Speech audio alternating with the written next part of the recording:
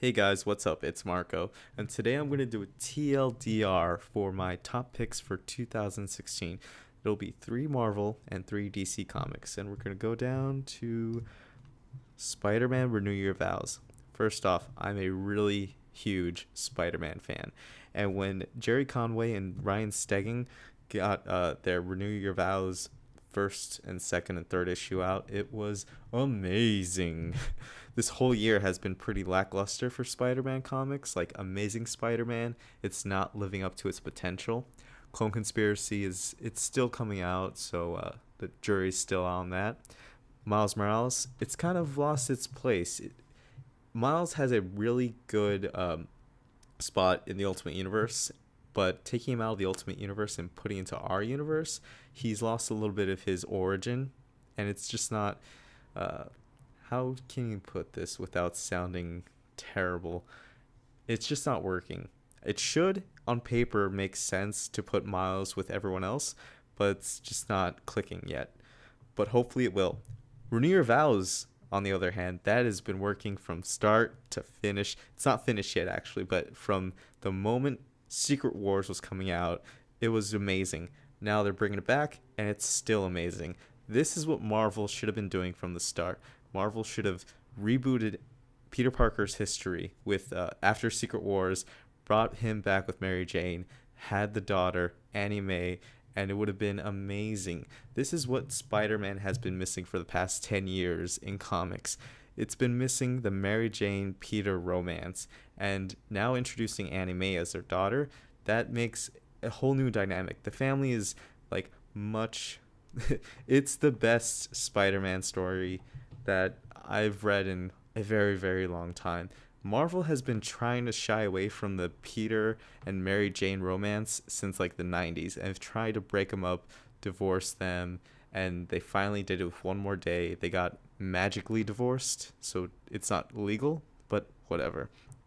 But now this whole family, the Parkers, they are everything you didn't know you wanted from Spider-Man. Like, I don't know if it's just because I'm older now and I would prefer a married Peter Parker story as this as a current continuity thing. It's not current continuity 616, but it's something that I wish it was. It's I'm tired of young Peter Parker always broke, can't pay rent, struggling, mooching off of his friends Harry and Liz Allen and Aunt May to some point, at some extent. By the way, this proves that after One More Day, if they didn't make the deal, Peter would have gotten over it because Peter says in issue 2, like, Aunt May's gone now. Aunt May died after the first Civil War event. So this kind of just like, screw you, One More Day. Peter Parker could have gotten over the death of Aunt May and it would have been fine. They would have lived a happy life. They would have had a great daughter who is my new favorite character, my favorite new Spider-Man character. Forget Regent, forget all these like really shitty Electro clones or whatever. Like Annie Mae, that's where it's at. And that's all I got to say about Spider-Man. But moving on to Champions. This book is by Mark Waid and art by Humberto Ramos, and the art's funky, but the story is great. I can't stress how much how important it is to overlook the art because the facial expressions aren't really that great, but the story here is. The story is all the younger Avengers, Miles Morales, Kamala Khan, Sam Alexander, Amadeus Cho, Vivision, and young Cyclops. They're all here and they're forming a team to basically make a change for the Marvel Universe.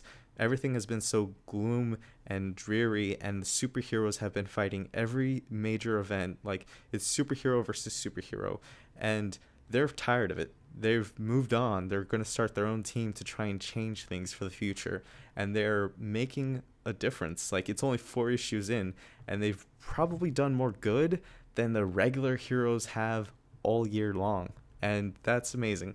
I can't wait to see like what new members are going to join the team, whether it be Moon Girl and Devil Dinosaur, the new Falcon, the new Wasp, maybe even Gwenpool, which, by the way, that's the next book on this list. The Unbelievable Gwenpool by Christopher Hastings and art by, I'm going to butcher this, Guri Huriru. That's a very difficult name to spell and to pronounce. But Gwenpool is amazing. It is like classic Deadpool all over again, because Deadpool recently has been getting more serious. He hasn't broken the fourth wall as much. He hasn't made that many references.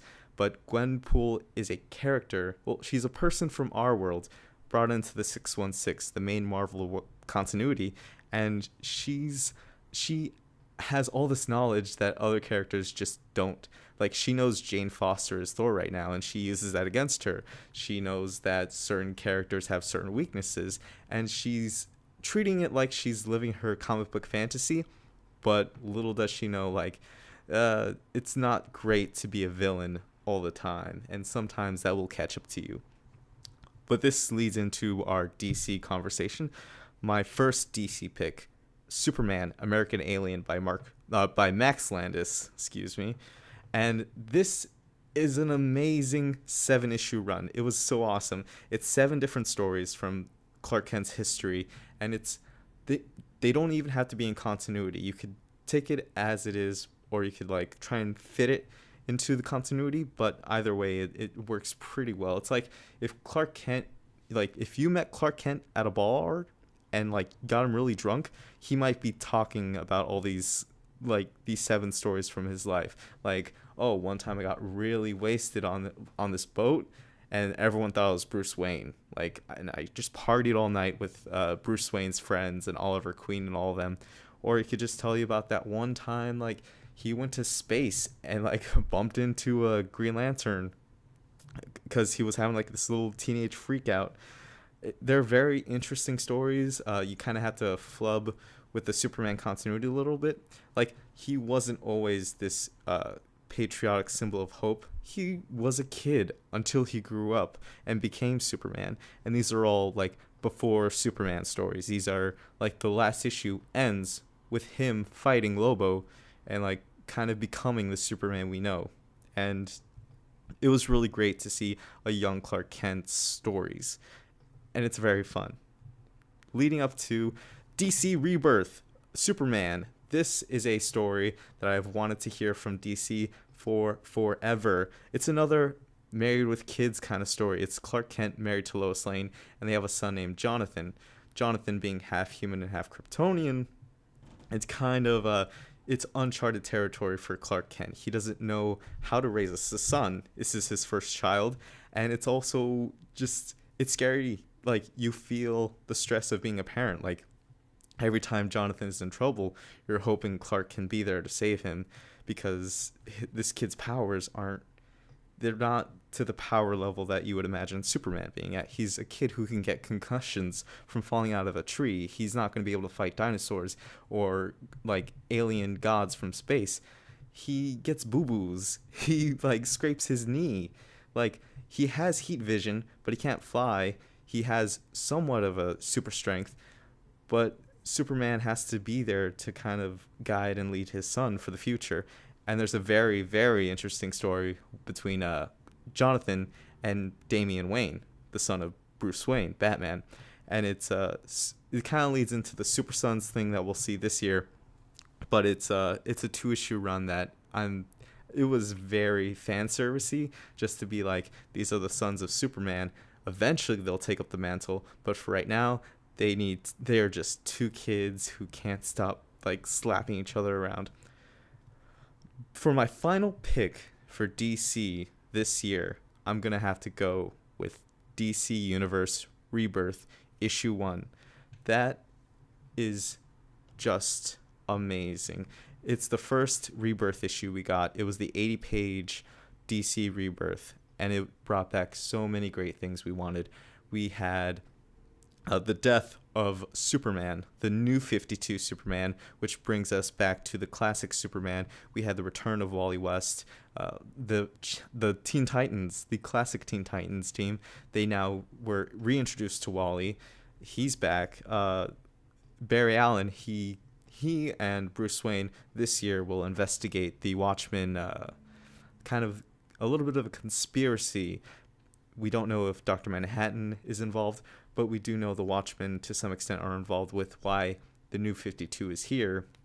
Instead of our previous pre-Flashpoint continuity, they might have had a hand in this, and that was introduced in Rebirth, like Rebirth #1. And I'm really excited to see where Geoff Johns takes his story in 2017, because it might be like a huge, impactful event that will affect us for like the next 5-10 years for DC. And I can't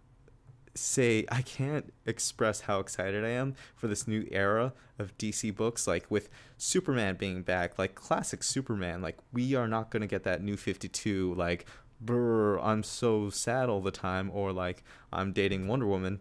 It's the classic Lois Lane Superman, and it will be just amazing. You're bringing back Wally West, classic Wally West, so we're getting 2 different Wally Wests, and you're bringing back so many other classic characters, or reintroducing them into the New 52 and trying to bring back as many older concepts while still making them feel new and fresh, because you're introducing them to new ideas.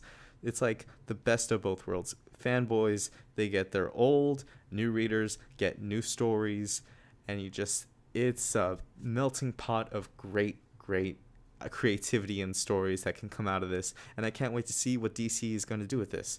All right, guys, that was it for my top 3 for each company, the TLDR. I'm sorry if this one was just too long, but hopefully the next one can be a little bit more managed. I'll see you guys next time. Peace.